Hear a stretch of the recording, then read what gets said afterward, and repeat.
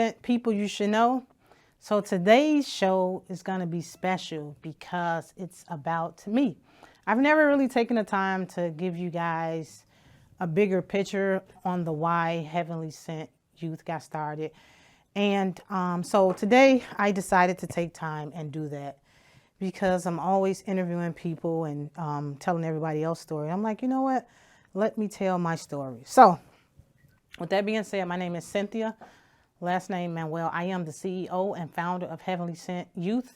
And I think this program got started in 2015, probably longer than that. So I can remember being over the youth program at the church.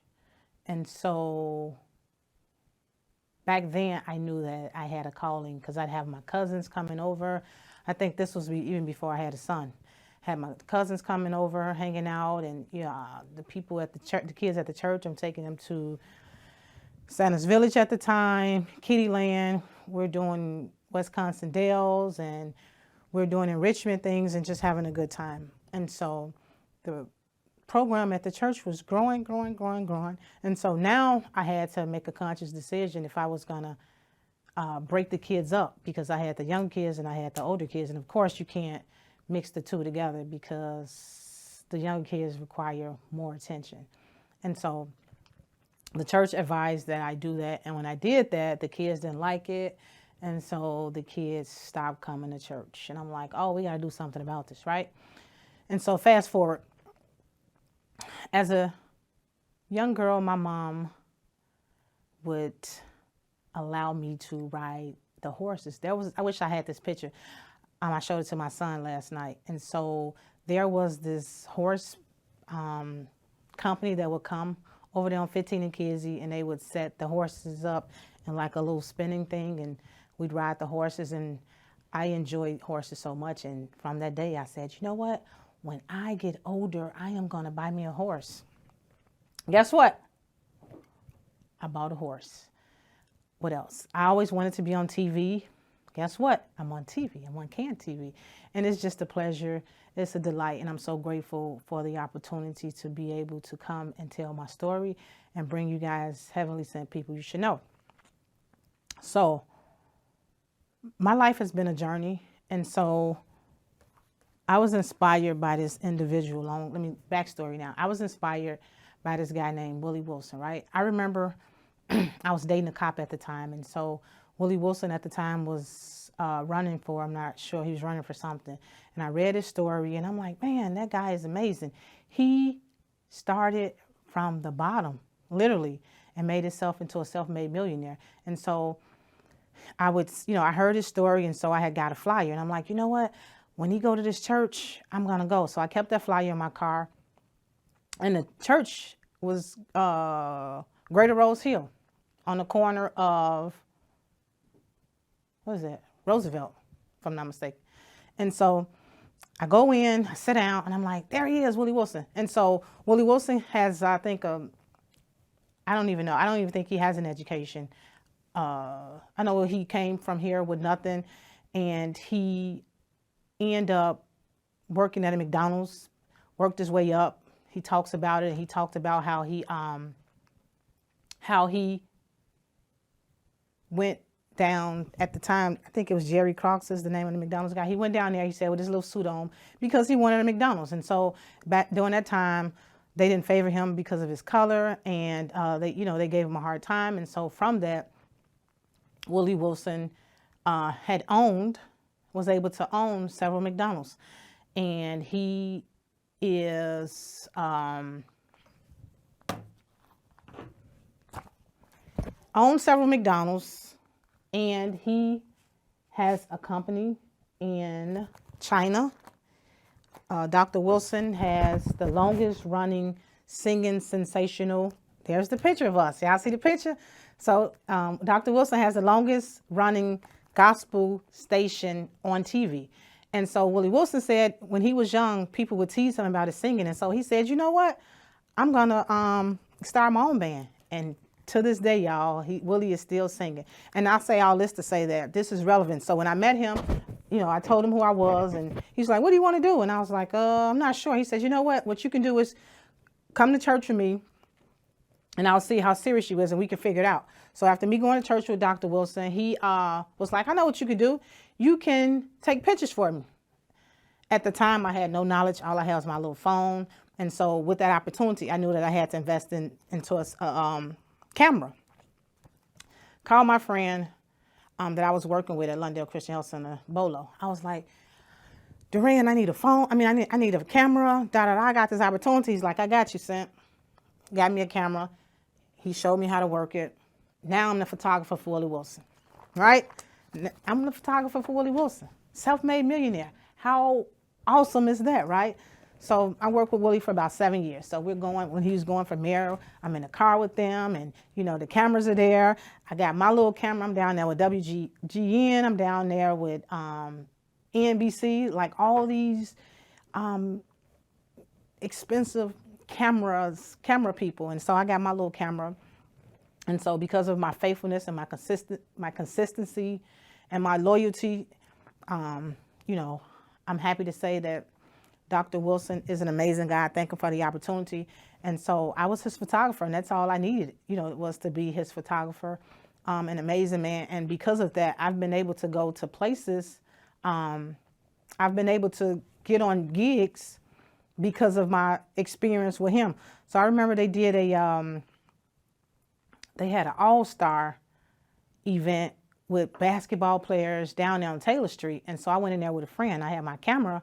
And so you got Tim Hardaway, you got a bunch of I think we may have a picture of me with Tim Hardaway and the other 2 basketball players. It's been a while. I can't remember what their names was, but that was so cool to be in there with Shannon Brown, I think it was, yeah, there it is. So you guys know who those guys are.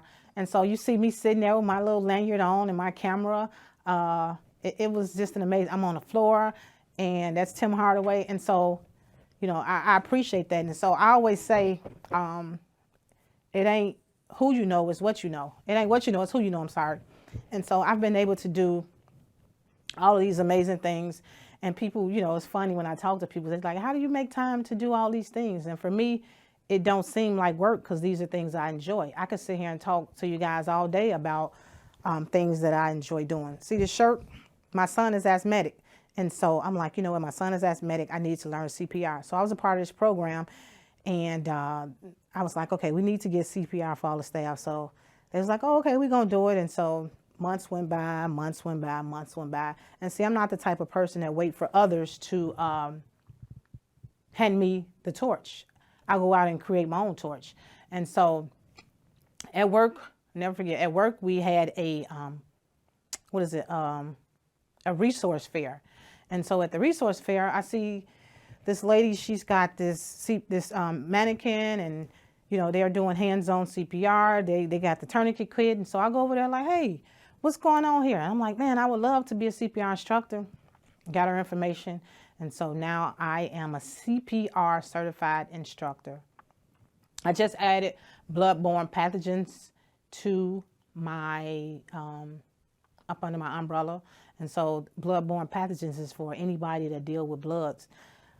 Tattoo artists, the people that do like the microblading of the hair, so on and so forth. So CPR, what I just say, bloodborne pathogens, and now I've just added Stop the Bleed. And so Stop the Bleed is, you don't have to be, you don't have to have any medical experience to, you know, to do this Stop the Bleed certification. And so what that is, for instance, like in a car accident, bad accident, and blood is protruding out of arm, leg, or whatever. And so it's just a matter of focusing, applying pressure to the wound, packing it up, wrapping it up, stop the bleed, right? And so I think that every individual on earth at this point should know CPR, stop the bleed, and be certified in bloodborne pathogens, because this is stuff we deal with every day, you know, especially now with the rate of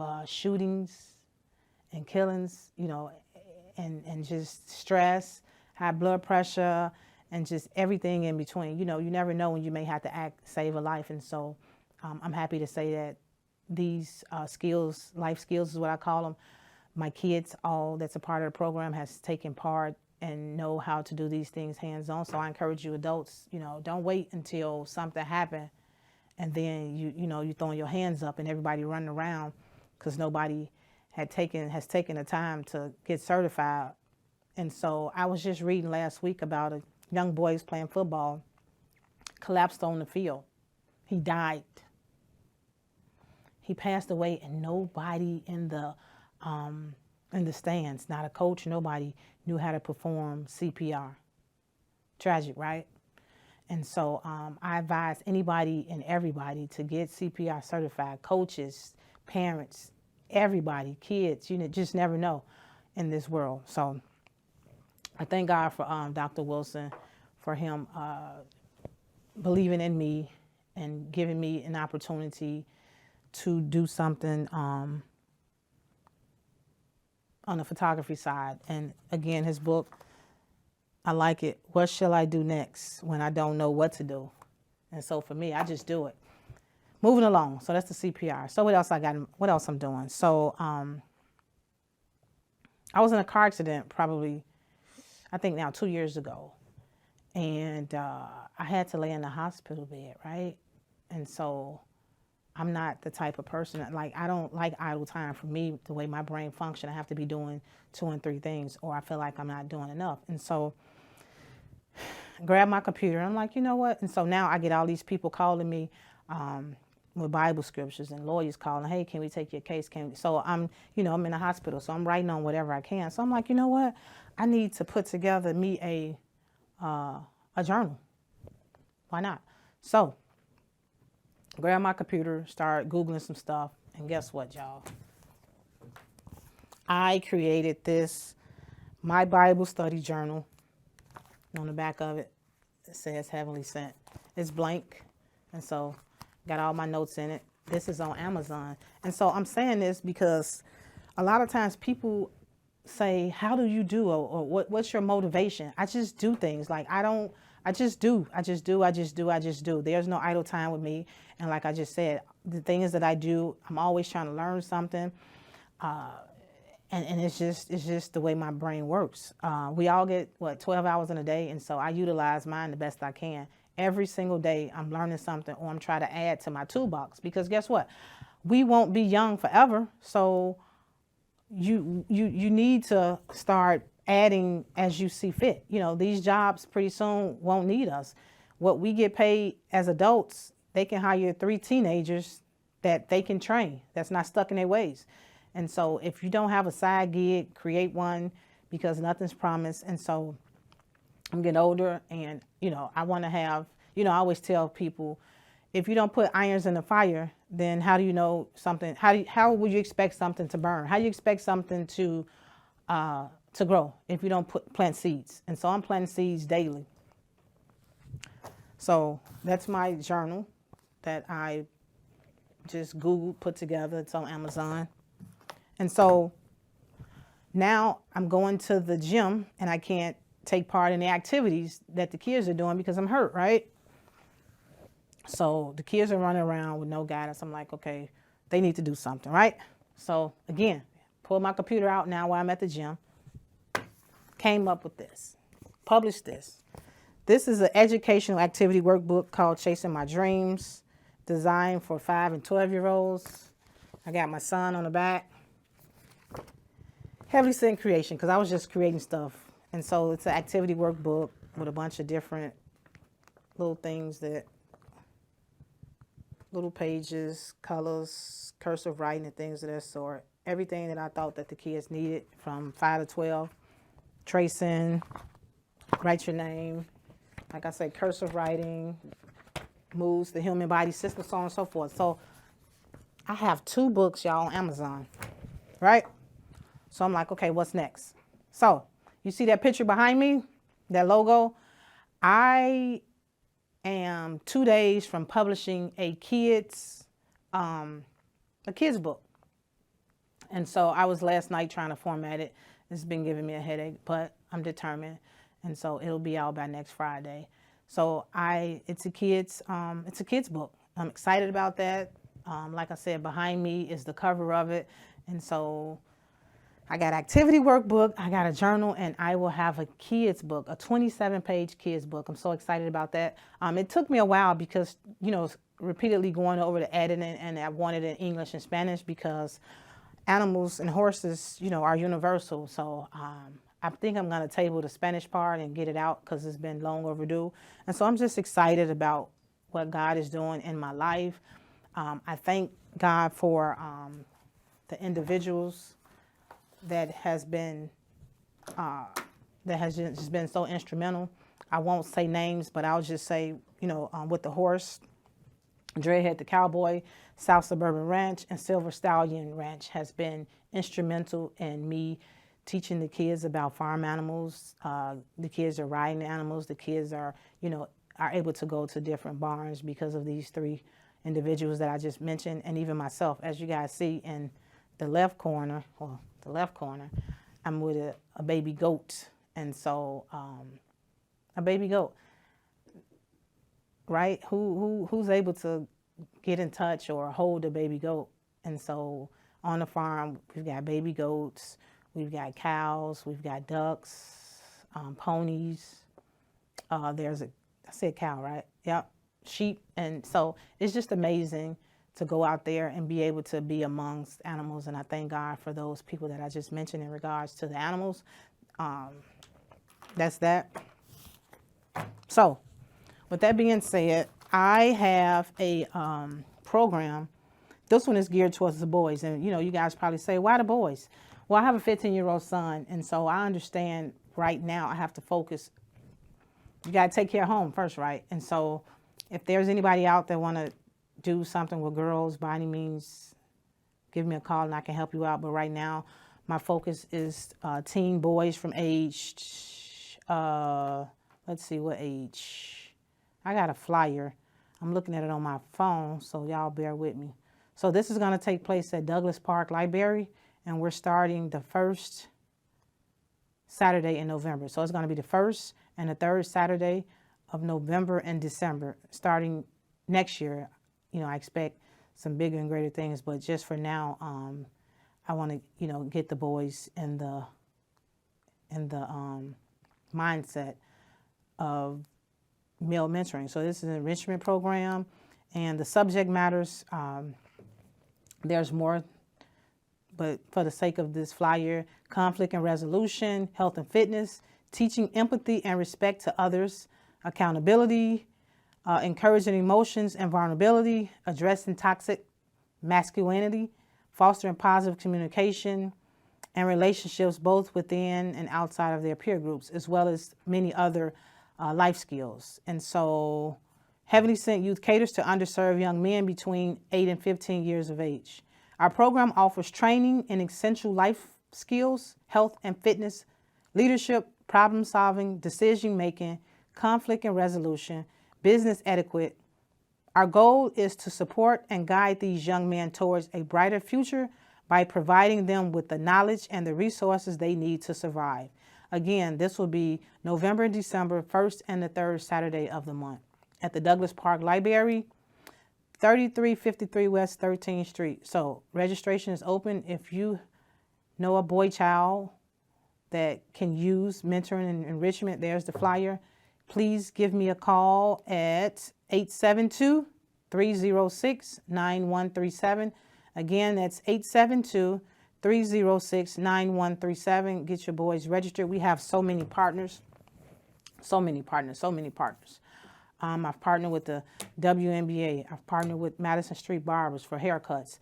I've partnered with the White Sox. I've partnered with Who Partied Off the Court for basketball. I've partnered with Love Teaching Youth. There are so many different partners, and so there's more to come. And so I'm excited about this because our boys need enrichment. They need mentors. So if you guys can help me out with this project, I'd appreciate it. This is another, this, you guys probably can't see it, but this is my pamphlet. And so we did this at the library, I think last year. And so the librarians and the overseer of the library, she thought it was a good program, and so much so she called for me to have it back again. And so we did a cooking class. The boys did a cooking class. I asked them what it was they wanted to cook, and of course they said pizza. So I had a friend of mine, reached out to him. He had a shared kitchen, allowed us to come in, took the boys shopping and had them pick, what they wanted on a pizza, took them to the kitchen, and that was so awesome. What else? Over at the barn, Stan teaches the guys how to use a lawnmower, how to use I forgot the thing that you cut the trees down with. I couldn't believe the guys didn't even know how to put air in tires. So Stan was putting air in his tire, and I told the boys, go help him. And some of them was clueless. And so I'm like, oh, okay, wow. We need to get on that. And so we're going to teach them how to change a tire. We're going to teach them how to tie a tie.